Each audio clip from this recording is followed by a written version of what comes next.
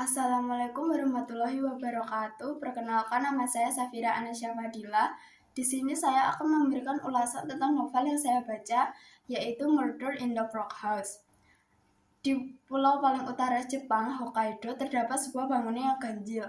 Rumah ini sering dijuluki sebagai rumah miring. Mansion ini sekarang tidak berpenghuni, lantaran terjadinya pembunuhan yang terjadi di mansion ini beberapa tahun yang lalu. Kejadian ini berlangsung pada Natal tahun 1983. Kozaburo Hamamoto, sang direktur Hamadiso Corporation, dan putrinya Aiko Hamamoto mengadakan pesta penyambutan Natal dan Tahun Baru di mansion ini. Ia mengundang Eikichi Kikuoka yang merupakan direktur dari Kikuoka Bearings beserta sekretarisnya Kumi Aikura yang diantar oleh supirnya Kazuya Ueda. Tamu selanjutnya adalah suami istri Kanai. Suami Kanai merupakan eksekutif di Kikuoka Bearings. Tamu yang datang terakhir adalah Togai. Sedangkan di mansion terdapat Yoshihiko Hamamoto yang merupakan cucu dari saudara laki-laki Kozaburo Hamamoto, Sun Sasaki yang seorang mahasiswa Fakultas Kedokteran yang menjabat sebagai dokter pribadi Hamamoto, suami istri Hayakawa, dan juga Hatsuo, yang seorang juru masak di mansion tersebut. Pesta berlangsung hingga tengah malam. Kumi Aikura sedang gelisah di kamarnya. Lantaran ia terus mendengar suara-suara yang tak mengenakan di langit-langit kamarnya. Ia seperti mendengar suara kuku yang menggaruk-garuk benda kasar.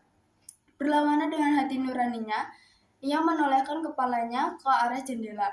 Sedetik kemudian dia berteriak keras. Dia melihat sosok wajah laki-laki yang tersenyum menyeramkan ke arahnya. Aiko disusul oleh ayahnya, Kozaburo Hamamoto, datang mengunjungi kamar Kumi Aikura setelah mendengar teriakan gadis tersebut. Aiko bertanya kepada Kumi Aikura kenapa ia menjerit. Kumi pun menjelaskan apa yang dialaminya tadi.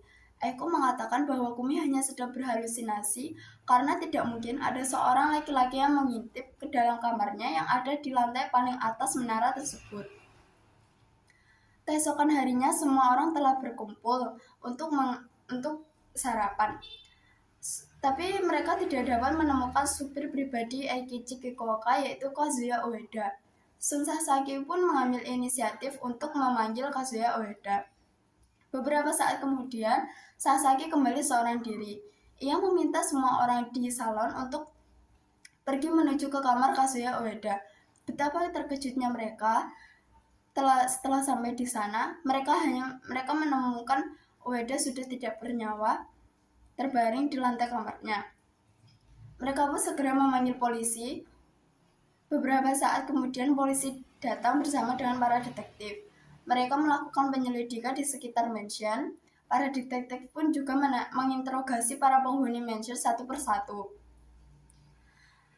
Tidak menemukan hasil yang memuaskan, para detektif dan polisi pun memutuskan untuk melanjutkan penyelidikan pembunuhan tersebut keesokan harinya. Keesokan harinya, pukul 11:50, semua orang telah berkumpul di salon, kecuali Eikichi Kikuoka. Mereka pun khawatir. Mereka akhirnya pergi ke kamar Eikichi Kikuoka. Sudah berkali-kali Kozaburo Hamamoto mengetuk pintu Kikuoka, tapi tak sekalipun Kikuoka menjawab panggilannya untuk membukakan pintu ya seperti itulah. Karena diranda rasa khawatir yang berlebihan, detektif Ozaki pun mendobrak pintu kamar Kikuoka. Apa yang ditemukan mereka sungguh membuat semua orang terkejut. Mereka menemukan kamar Kikuoka yang berantakan dengan Kikuoka yang terbaring tidak bernyawa dengan pisau di punggungnya. Para detektif dan polisi pun merasa frustasi, depresi. Mereka juga merasa malu bagaimana pembunuhan tersebut bisa terjadi, padahal jelas-jelas ada 3 detektif dan seorang polisi di dalam mansion tersebut. Membuang rasa gengsi mereka akhirnya meminta bantuan di Maples Tokyo. Mereka berharap Maples Tokyo akan mengirimkan seseorang yang mirip seperti Sherlock Holmes untuk memecahkan misteri ini. Namun sayangnya, Superintendent Nakamura di Maples Tokyo malah mengirimkan seorang peramal nasib bernama Kiyoshi Mitara yang sikapnya bisa dibilang seperti orang gila. Sehari setelah kedatangan Kiyoshi, Sasaki ditemukan tidak bernyawa dengan pisau yang menancap di punggungnya.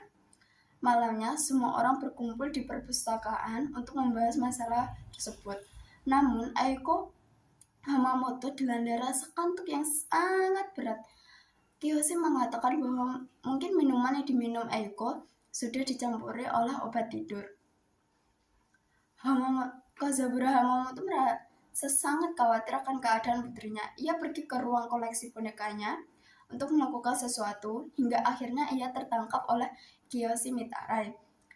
Kozaburo Hamamoto pun terpaksa mengaku bahwa ialah yang membunuh Kazuya Ueda dan juga Kikuoka dan juga sang direktur Kikuoka. Alasan ia membunuh Kazuya Ueda adalah karena ia takut Kazuya Ueda akan menghalanginya untuk membunuh Eikichi Kikuoka. Sedangkan alasan dia membunuh Eikichi Kikuoka karena janjinya pada temannya beberapa tahun yang lalu.